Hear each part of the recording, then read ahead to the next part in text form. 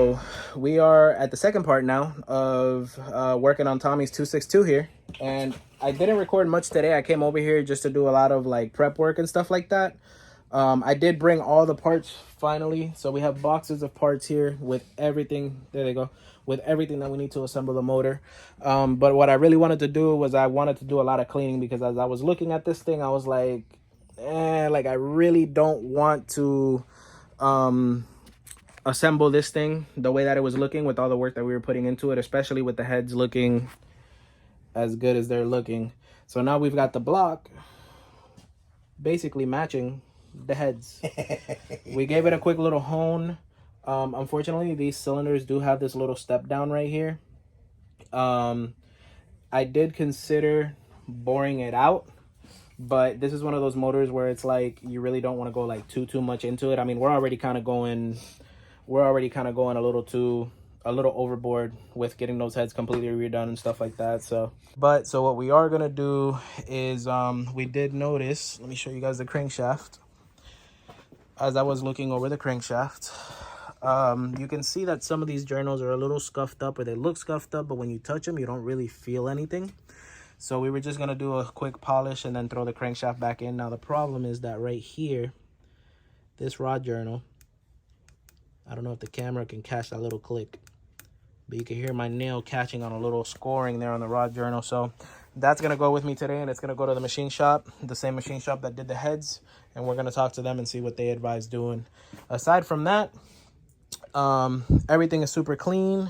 I went ahead and honed the cylinder walls here, and me and Tommy spent a bunch of time cleaning out these cam journals. So compared to how they were looking in the last video, they're a lot newer now. And even this galley was like super gunky and disgusting, and I didn't really want to leave it like that, so cleaned it up. Everything's looking 100.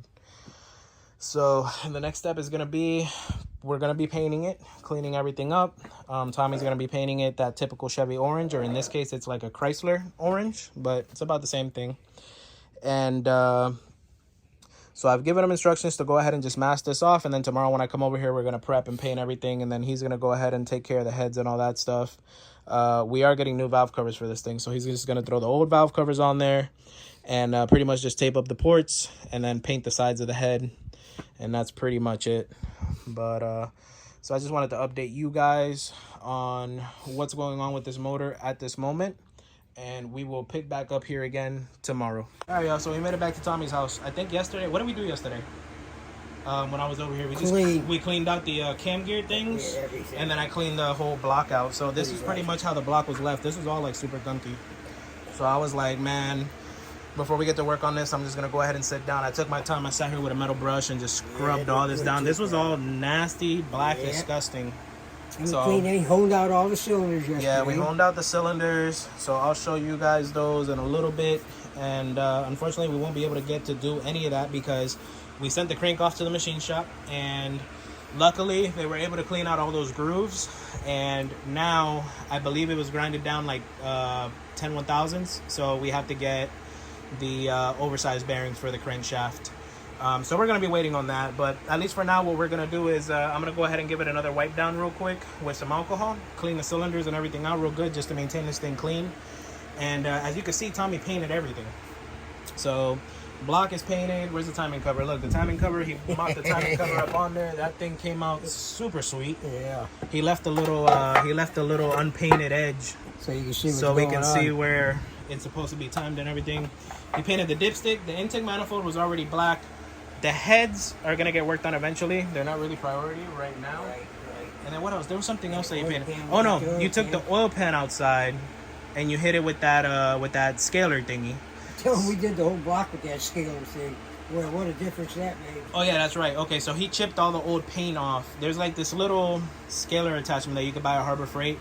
And basically what you do is you just kind of put it up to the metal, and it's got a bunch of little fingers that just kind of move around, and it flakes off everything.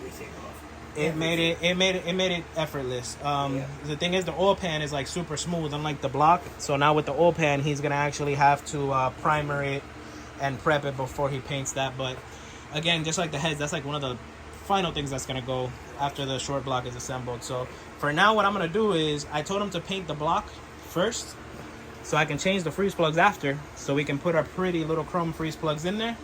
That way everything looks nice and clean. So that's what we're gonna get to right now. You still use that tool that you took them out with? The new bearings, yeah, they get pressed in with that same bearing tool. Okay, but you start at this end. We start at that end and we work our way out. Okay. Correct. But how do you know what, like if it's in too far? Do they stop? No, you basically just watch it. Once that hole lines up where it needs to be, then you're pretty much done. Okay. But so what I gotta do is with a marker, I just gotta kind of mark the front of the bearing, put like a little dot on it, so I know where it's supposed to face at. What happens if you go too far? If you push the bearing out too far, yeah, now you gotta start all over again, correct, right? Yeah. Okay. Yeah, but everything should be super lubed up, so it shouldn't take anything off of it. Okay. And these are like super clean now, so we shouldn't really have to worry too much about it. No, they're really clean. Yeah. Come back. Remember how flat they were? They were flat. Oh yeah. I thought they were flat, but I digging it out with that pick. I said, I can't believe there's an extra thing, you know? Yep.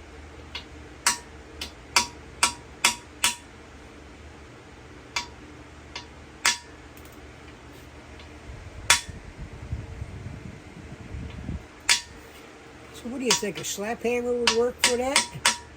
I got one. A what? One of them slap hammers, you drill a hole in it and...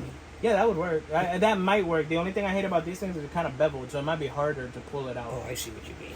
So cause they're made to like kind of like. You got that one out pretty easy. Yeah, I pushed it in though. Yeah. And then I pulled it out. So really, you're better off to do it the way you're.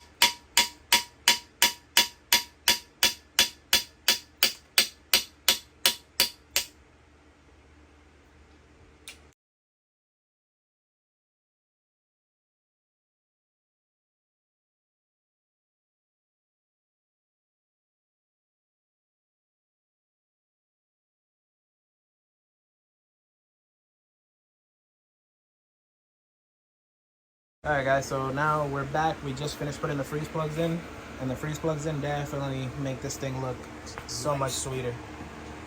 Brand new. That's why I had told them, you know, paint it with the old freeze plugs, and then we'll go ahead and pop them out afterwards and put them in, and that's what you get.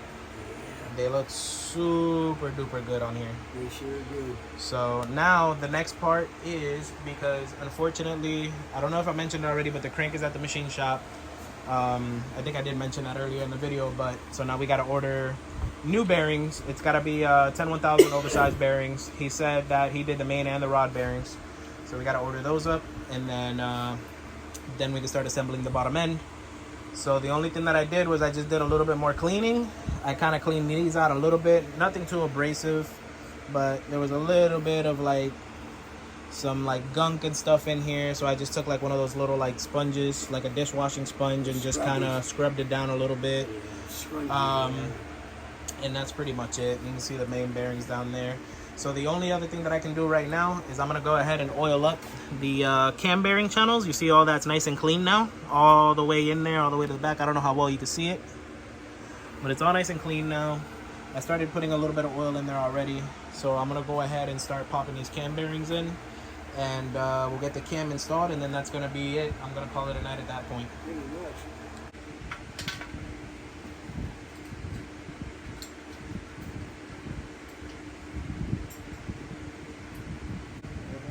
Okay.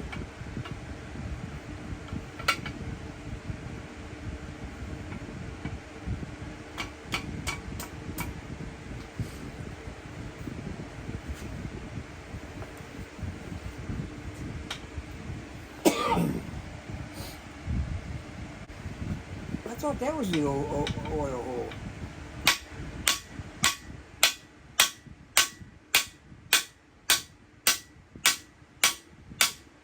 it goes. Too much farther. Pretty good right there, buddy. It's kind of what it was the last time, too. According to the paper, bearing number 3 is It's one of these. 1091. 91 should be this one. Yeah, 1091. So this one's next. Again, 12 o'clock position. Yeah. And this is gonna drop. Oh. you set this into the block first? I mean, you don't put it on the end of that tool, right? Yeah, you do. Okay. I'm gonna show you right now. You need to get this out of here. There we go. Now that I got this guy over here, and I can drop this guy here, turn it. Is that why you put the mark on it so you know where to hold it? Yeah. Okay. Yeah, so you can clock it after. Hold on. I gotta unexpand this. Bring this back here. Then this is gonna ride on here. Like that.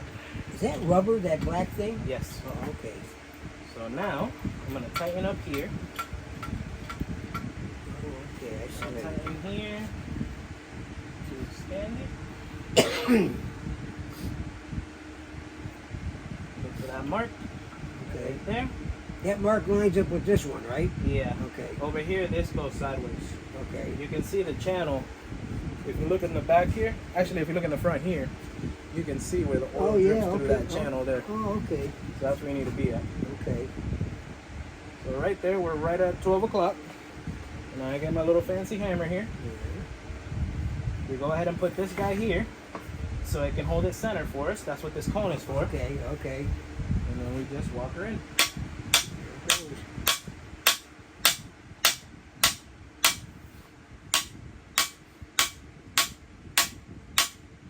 So it can't go no farther than what you're beating on it right now? No. Okay. So once I get it right to that wall, that guy stops. Okay, I see how that works. And that's it. Okay. Then you loosen up the nut to back it out. Correct. Okay. That's a handy little tool there. Was that thing expensive, That Carlos? was only 80 bucks. No way. And this is one of the better ones. They got cheaper ones. Really? But I figured, like I said, like I told you, I was like, well, since I'm going to be working on a lot of these, domestic motors now, I'm going to need a good one. So I was like, let me not. I think it'd be a couple $100 for Yeah, sure. I was like, let me not cheap out. I'm sure there's better ones than these, but this one looked really good quality. Especially for somebody that's like just starting out with these, like me. I'd say it's working out just fine, too. Yeah. It did everything it was supposed to do. We will see how long it lasts, once I do a few of these motors. Yeah. We'll see how it goes. It's still worth it. You could even take it to the shop. $80. You're not going to put them in for $80, No, for sure. Right? Then you got to take the motor down there and everything. That one's good to go there. Now we need to do number 2. So position number 2, it says is 1090. So that's this one here. 1090. I didn't know they all had different numbers on them. Yeah, they have different sizes. Okay. So again, 12 o'clock. But what is that, like a standard size for that cam? What do you mean? I mean, does the cam have a marking on it to tell you which size bearings you're putting in there? I don't believe so. No? But again, you're asking a guy that knows nothing about domestics. Oh. Because I was going to say, when you bought these things, I mean, what did you tell them when you bought them? I got a 2.6 or whatever? Yeah, no, it's a 262 motor. Yeah. And then I just make sure to get everything for the correct year. I looked up to see if there was differences between different years and stuff like that, But what about if you put like a hot rod cam in there? Does this stuff change too? I don't believe so, because the journals for the cam should be the same. The only thing that's going to change is the lobes. Okay, I see. Like the what's it called? The duration and the and the lift of the lobes. That should be this part is probably standard. correct. That should be the same. I wouldn't see why it would change. Okay. Again, I don't know. Yeah. If anybody out there knows the answer to that, be sure to comment down below. I'd say you're right. But I personally have no clue. I would think. I don't think anything. I would think because changed. it's just like, okay, so on Honda motors, which is what I'm used to, Yeah. they make all types of different cams for different applications, whether you go turbo, on motor, whatever. Yeah. The journal never changes. Okay. Of course, those don't have bearings. Right. They just ride on the head, and they have a cam cap. Okay. It's all aluminum. Yeah. The only thing that you have to do is if you get a different set of cams, they recommend you send the head in, and you get it a line honed, So that way you're not sitting there scoring up your new cam. Okay, I can see that. But the actual journal sizes where the cams sit, they never change. The only thing that changes is just the lobes. It's kind of like standard. I mean, it's like a standard fit. Yeah. I'm sure if you do something to ruin these journals, you can probably get it opened up and you can probably do oversized bearings. Again, I have no clue. If any of y'all know that, answer down below. But, you know, that's just my assumption, me inferring from what I know. You're doing just fine in curls, I'll tell you that.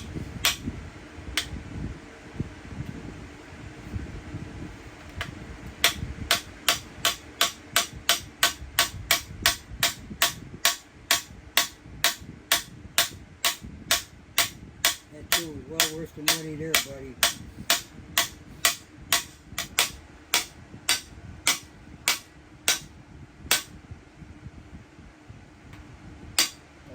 You got this stuff down to a science. If you're not ever really working on one of these kind of motors, I'd say you're doing. I've never done any of this. I know. Ever in my life. That's what I mean. You make it look like you've been doing it. I've done head gaskets. Yeah. You know, because it's really easy because you don't have to do timing or anything. Right. I've never swapped a cam on one of these motors. I've never pulled a cam. I've never installed a cam. Well, I'd say I've done rebuilds. Yeah. You make it look so easy. The only thing that I did close to this that I kind of rebuilt was a Tundra motor, but I didn't do a lot of the, like, I didn't do the piston parts. I didn't do any of that stuff. All right, guys. So with that being said. Yeah. I can't believe they went in that quick. All the cam bearings are installed. They sure are. And they went in pretty.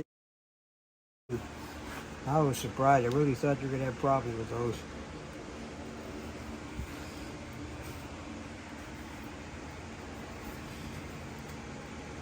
Cleaning these up because I don't want any kind of foreign material getting on the cam. So what holds that cam in place? Those bearings. I mean, what keeps it from moving back and forth? The timing chain? The sprocket, yeah. Okay. Once you put the sprocket on here, Yeah. that's pretty much it. Okay. Because once the sprocket starts riding on the chain, it has to stay in line with that chain. Okay. So that forces the camshaft to stay in line. Okay. It won't move. So it can't jiggle It can't go back and forth, no. So again, I have no idea about any of this. So if any of you guys watching this video have any kind of information, if there's anything to stop the camshaft from, I guess, thrusting, like how a crankshaft has the thrust bearings. In this case, you have the thrust bearings here, so the crankshaft can't move forwards and backwards. Feel free to comment below and let me know why that camshaft doesn't move. But from my assumption and from my hypothetical guess, I'm assuming that once the camshaft is timed up with the crankshaft, because of the fact that the sprocket is forced to be in line with the chain, that also means that the camshaft can't move back and forth. So let me know if I'm right, let me know if I'm wrong, and educate me. So, because that's what I'm here doing. I'm learning. Never done this before in my life, and here we are. They don't believe you. I've done it. I've done it with other motors. Just I've never done it with any of this stuff, and that's why I'm here doing it, because I'm learning. Oh, yeah, that's the stuff, all right. I know that dude loading that son of a bitch up.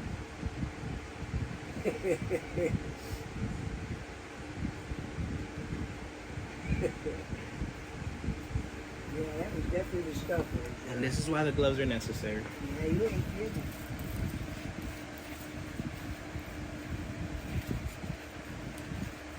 I feel like we're really getting somewhere now, Carlos.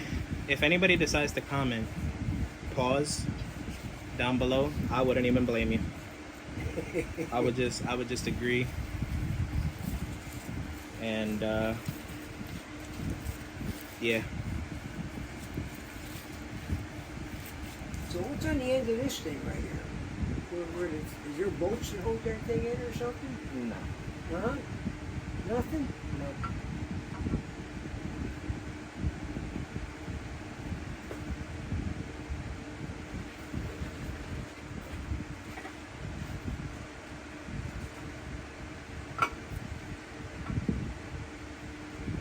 So if you put a new cam in your car, you don't have to pull the motor or nothing. No, you can do it in the car, but it really all depends on what you got in there and what you're gonna be doing. But I've seen people that do it. That's the thing I like about like a lot of these domestic cars. Yeah. Is you can like take your whole radiator support and everything out. Okay. And you can essentially do a cam swap like while the motor's still installed. You don't need to do anything crazy to swap the cam out. Okay. So that's always good. There you go. There you go, Tommy. I can't believe that's it. Ooh, look at how smooth that feels. Yeah, I can oh tell. my god. This feels really good. There's a lot of guys, so I don't understand. You guys can tell me if you agree or disagree. From the research that I was doing online to kind of prepare for this thing, and to prepare myself for my LM7 build that I have at the shop, apparently I guess Chevy guys, real Chevy guys, say that if you don't look at the cam bearings are good.